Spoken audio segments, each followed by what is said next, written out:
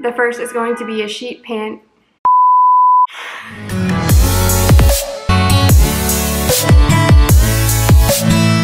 Hey guys, and welcome back to Morgs Menu, or welcome if this is my first video that you're watching. My name is Morgan and I do lots of videos on food related things like meal prep, copycat recipes, and even taste tests. So today on the menu we have two new meal prep recipes. These are two that we've done multiple times and we really perfected them to exactly how we like them, so I want to share those with you today. The first is a sheet pan sausage and veggie bake, and the other is shrimp fried rice. So without further ado, let's get this started. First up, we're going to do our sausage and veggie sheet pan bake. So here's everything we're going to need as far as the ingredients. So we have on the left some avocado oil and cooking spray, whatever oil you have will work, a bell pepper, yellow squash, zucchini squash, broccoli, potatoes, onion, and some sausage. Now this is turkey sausage. I think that typically has a lot fewer calories and less fat, so I like to use turkey sausage that's kind of already cooked in this. And then for spices, we have salt, pepper, garlic powder, onion powder, oregano leaves, and smoked paprika. So first thing we're going to do is go ahead and preheat our oven to 400 degrees. And then we just have to prep all the vegetables. The good thing about this recipe is there isn't a lot to do other than the prep and then just throwing it in the oven, so it's super simple. So we'll start just by chopping everything up. So these are some baby red potatoes. Basically, you just want to make sure you chop these up nice and small and even. The potatoes are going to be the vegetable, at least in the ones that I use, that'll take the longest to cook. So I like to make them really small so that they get nice and soft during the cooking process, and the ones don't get burned because I'm cooking them so long to have the potatoes soften. So next we'll just cut up the zucchini squash and yellow squash. I just kind of cut these in halves for the smaller ends and in quarters for the thicker ends of the squash. Then moving on to the bell pepper, just cut it as normal, and I typically just cut these into strips and then cut the strips in half, just so they're kind of similar in size to the other veggies. And then lastly, we'll just take half an onion, and I just cut this into like half slices because by the time the onion cooks down, it's small and kind of blends in with the others. And then lastly, we'll go ahead and chop up our broccoli. I like to do the broccoli last just because I think broccoli makes the most mess, and typically I have to like rinse off the cutting board after I do the broccoli, so I like to do this piece last just before I cut up the sausage. And go ahead and slice up the sausage. So I do these in little small rounds. As you can see here, these are very thin. And you just want to make sure they're nice and even so that when everything is cooking, they get all roasted up nice and evenly in with the vegetables. So now we're gonna throw all the veggies into a big mixing bowl and add in our avocado oil. So I typically add about a tablespoon per serving of vegetables that I have. So in this case, it'll be 4, and then we add in all of our spices. So we of course have salt and pepper. Now, with these spices, you want to make sure you're doing enough because you have so many vegetables. It's going to seem like you're kind of over seasoning if you use the recommended amounts that I have here. But really, because there's so many vegetables going on here, it's going to all blend together nicely, and it's not going to overpower the vegetables as you may expect it to be with all the different seasonings that we're adding in.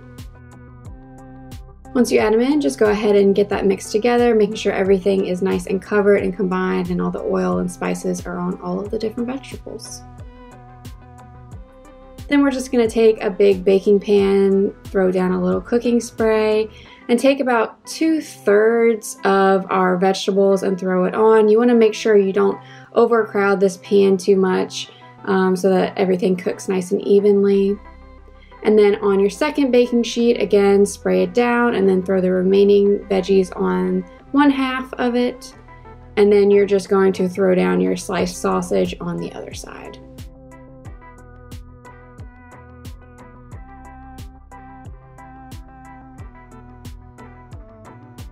So now once all the prep is done, all you have to do from here is just throw them in the oven for about 30 minutes.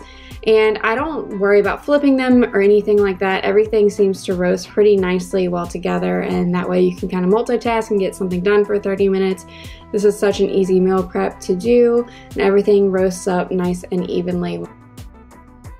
So last step is just to go ahead and portion everything out. So I typically kind of divide the first pan of veggies equally into the 4 containers, and then take the remaining veggies and divvy that up into the 4 containers, and then top it with the sausage.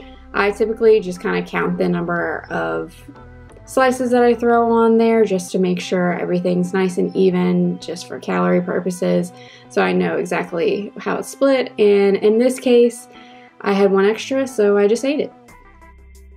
And here's what it'll look like when it's all said and done. Now this is only about 400 calories as cooked, even with the number of vegetables and the amount of oil that I put in. So it's a really low calorie meal, but this is super filling and so delicious. All of the flavors really come together, and I love this recipe.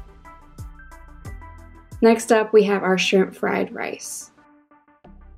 Here's everything you'll need for this recipe. Now obviously you can change up the proteins, but for this we have raw shrimp, some rice, frozen peas and carrots, eggs, an onion, garlic powder, salt and pepper, light soy sauce, sesame oil, and teriyaki glaze or sauce. Now I actually typically use coconut aminos with this, but I couldn't find it in my local grocery store. I typically get it at Trader Joe's, so I use light soy sauce in this case, but you could swap that out if you prefer. Now first thing we're going to do is just go ahead and start preparing up our rice.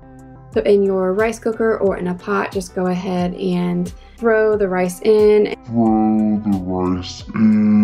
And try not to spill it like I did everywhere.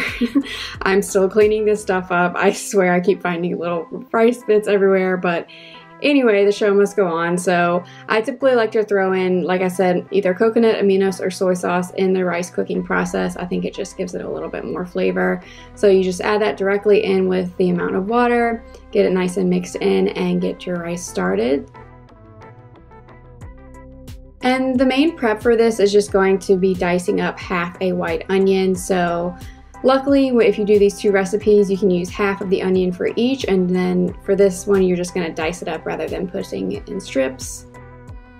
Then you're going to take a big pan and at medium heat add in some toasted sesame oil. I think sesame oil really gives a great Asian flavor, so I would highly recommend buying that if you don't have that already. And then you're just going to throw in your shrimp into the pan to get it to start cooking. So you really just want to make sure you're kind of spreading the shrimp out so it's all laying flat on the pan and nothing's kind of overlapping, so that it cooks nice and evenly.